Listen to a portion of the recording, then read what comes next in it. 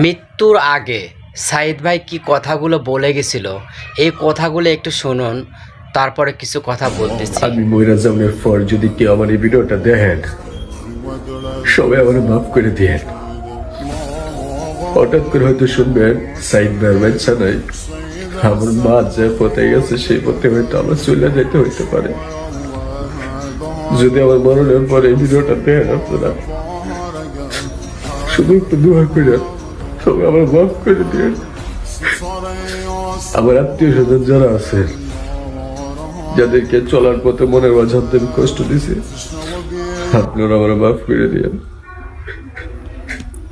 কুলহু নাফসি জায়গাতুল মউত, একদিন সকলের মৃত্যুর স্বাদ গ্রহণ করতেই হবে।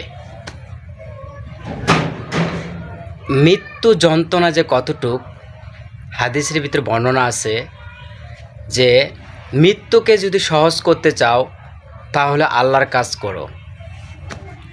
মানুষ দুনিয়াতে বাঁচার জন্য কত কিনা করে, চেষ্টা করে বাঁচার জন্য। যদি হায়াত না থাকে তাহলে সে মৃত্যুবরণ করে, আর যদি হায়াত থাকে তাহলে অবশ্যই সে বেঁচে যায়, কিন্তু একদিন না একদিন মৃত্যুবরণ করতেই হবে। সেই সাইদ ভাইয়ের কথাগুলো বলি।